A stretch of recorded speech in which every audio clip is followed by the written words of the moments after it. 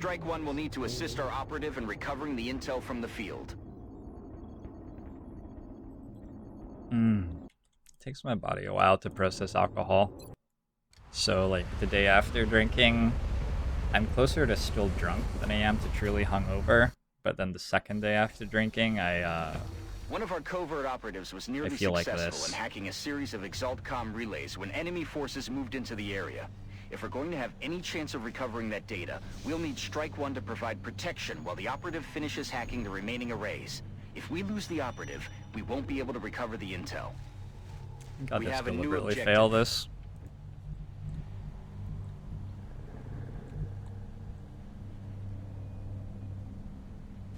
We can beat it. The way we beat it is bring layer T's over here, run here, command, hack, run, move over here. We can use run again the second turn, hack that and leave. But I think I'm just gonna fail. It's so much more valuable to get a data recovery out of Exalt than covert extract or whatever this is called. I've got a visual. Commander, our operative is in position near a comm relay. We just need to activate it to retrieve the missing data. Alright, Tesla Rod. You've decrypted a piece of Try not to get killed. And it looks like Exalt communications were temporarily disrupted by the hack. Now we just need to find the remaining relays. I was reading a little bit about Pitch Black mod update. It's something that I want to do. It's just a lot of time. That'll likely be like the things in the near future that I want to do are a 1.3 Long War 2 campaign and a Pitch Black Darkest Dungeon experience. I'm assuming that Pitch Black Darkest Dungeon will be difficult enough that I won't win it the first time. So yeah, I'll try. Heading there now. We'll work on it. Commander, we still need our operative to hack the comm relays nearby before they head to the evac point. Position confirmed. Okay, so the point of all this is we're trying to get resources out of the Exalt cells, and when we beat one of these missions, we destroy an Exalt cell. So the most valuable way to destroy an Exalt cell... Thanks for the pennies, Dungzinski. Wait, how many times did you just give me pennies?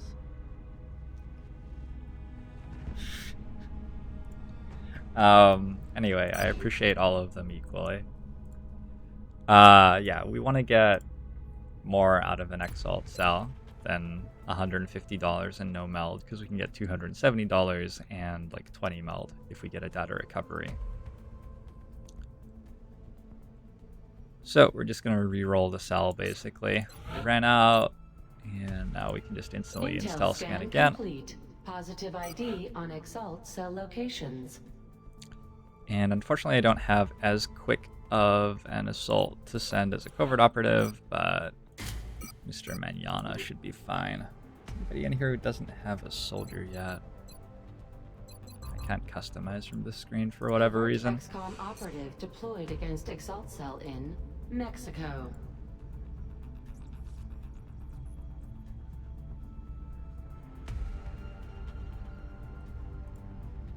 I'm really excited to try out Pitch Black. I think it will kick my butt. I'm hoping that there isn't just like infinite reading nonstop. Now it costs $120 more for 50/50. Yeah, that's true. Dollars are going down in relevance very, very rapidly at this point in the campaign. They matter less and less and less as things go on from here.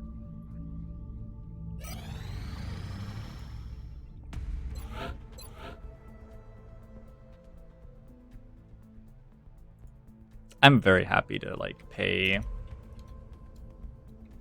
I'd probably pay $15 right now for one meld. And so it adds up.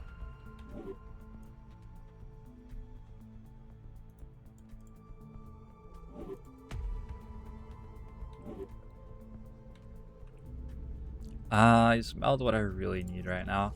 The only things that I really need are, in terms of like timing pressures, I really need to get armored fighters done, which does require a sizable amount of meld and alloys and floater corpses.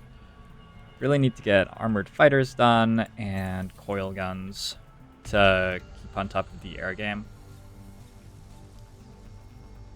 Other than that, there's not really much that we need. As long as we just play tactical missions well, we can slowly accumulate resources to get through the late game stuff. We have to beat a base assault, but that shouldn't be too bad. We have interrogated a sectoid. I'm confused. What am I doing right now?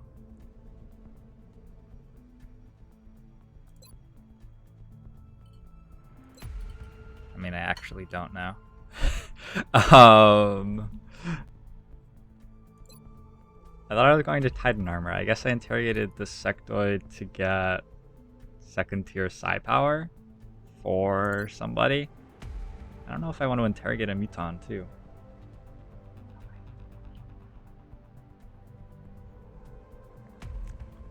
Ever let the aliens take a base to get resources from the alien base assault? You can. It's strategically sound. I don't do that because I think it's very boring.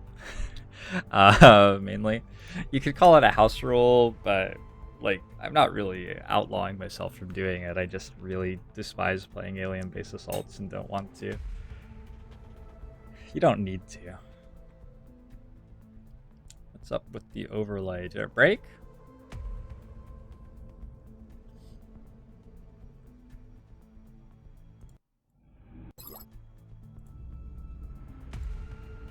The overlay is just reading information out of the save file to throw it up on stream for you all. Transfer complete.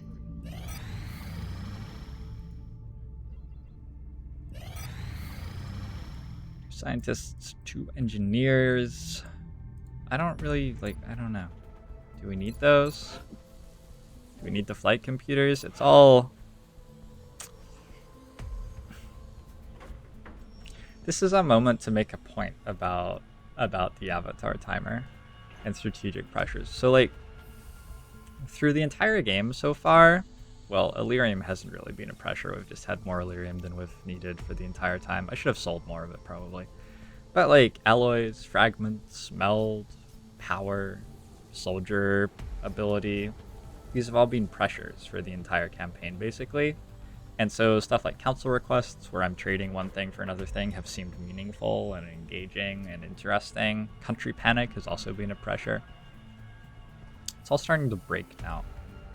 And so when I get a council request offering me 2 scientists and 2 engineers, like scientists and engineers aren't really a pressure anymore. I don't need them for prerequisites for buildings to get globe coverage anymore. I don't need them for building my workshop blocks. I don't need engineers for any foundry projects. I've already got enough of these.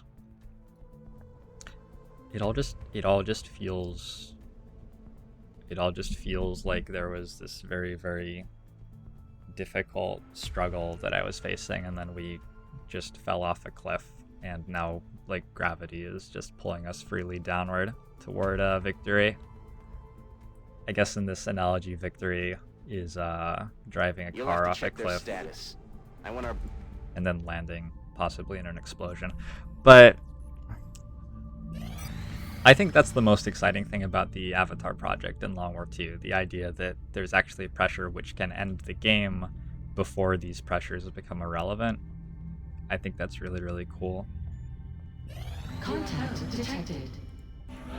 I know a lot of people do not like the Avatar project in XCOM 2 because it forces you to end the game, and a lot of people like playing late game like this. Disengaging. And like, I understand, I think, why it's fun to play late. Like, it's fun, you get to fight with your soldiers and stuff. I get it. But a lot of the strategic layer, I think, does get cheapened and fall apart a little bit.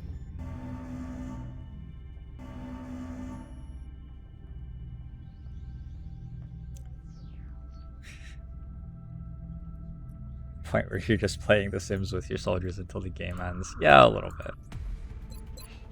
Okay. You do get these landed transports over and over again, and they're legitimately pretty interesting. Looks like Houndy will be up for this.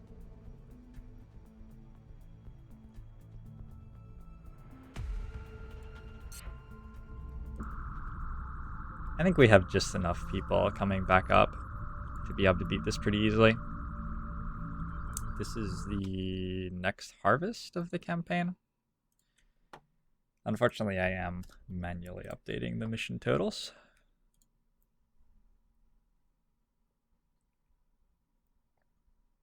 I think that would be really cool too, Scion.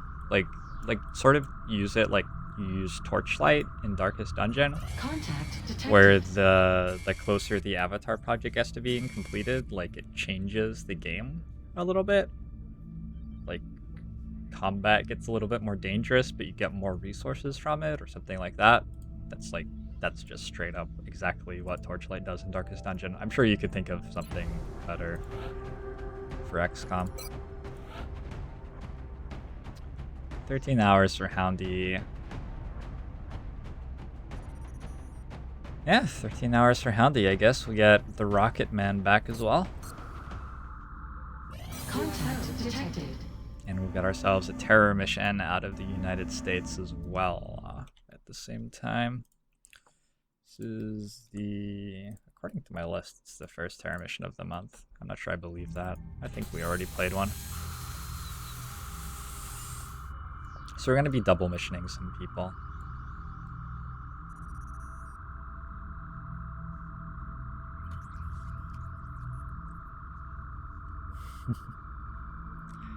Yeah, I think that Meld is executed very well. Actually, I think that Meld's pretty cool throughout the entire game. They're attacking Washington, D.C.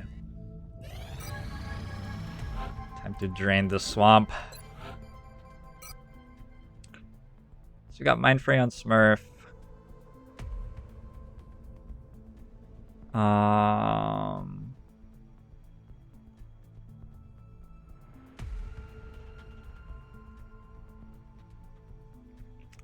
1, 2, 3.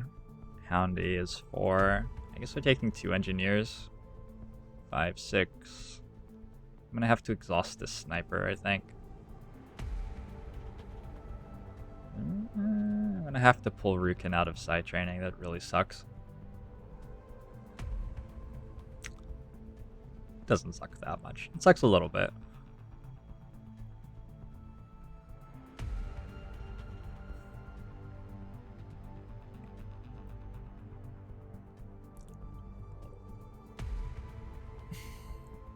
Yeah, Brass, how's it going?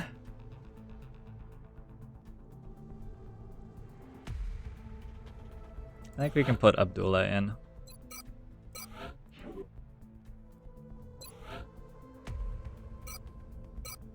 Scilabs sort of suck.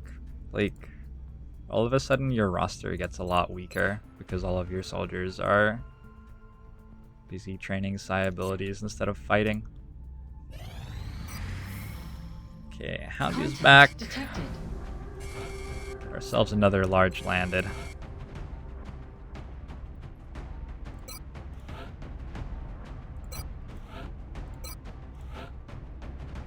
Going double Marauder here because that's what we have.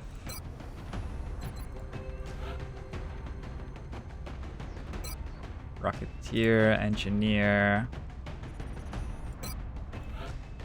and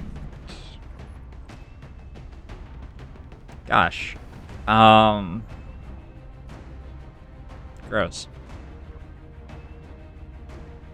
Yeah, that's really gross.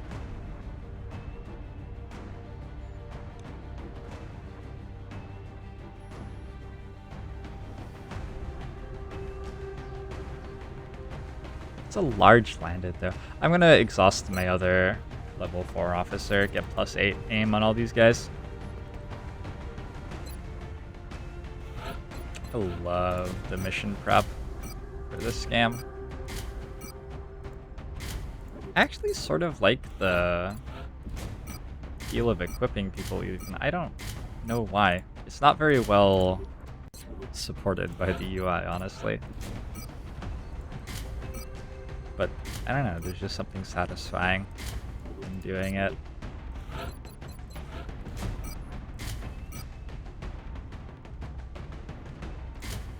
Maybe you could carry a shadow device for us? I like that idea.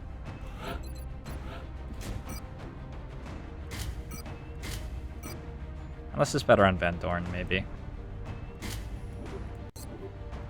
Motion tracker plate is fine.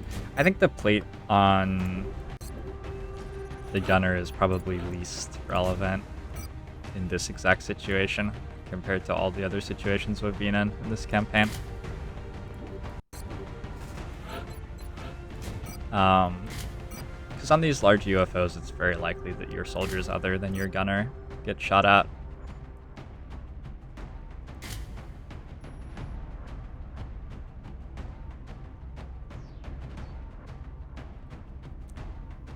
The reason I choose scout officers instead of infantry. I've written large posts about this on Reddit. I think I wrote a thread about it, in fact. Contact detected. I think the biggest factors are my scouts don't get wounded, basically ever, and they get hit and run. At Tech Sergeant, right around when your officer starts being very relevant, and hit and run is just a very, very, very good perk to play with command because it lets you move, shoot, and command. Basically makes you have 3 actions in a turn, which means that command is only a third of your turn instead of a half of your turn, which ends up counting for quite a lot, I think.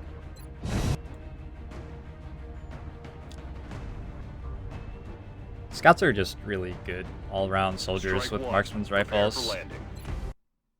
They're your strongest mid-game soldier, moving into Argentina in my opinion. Next. The threat there seems to be the most pressing.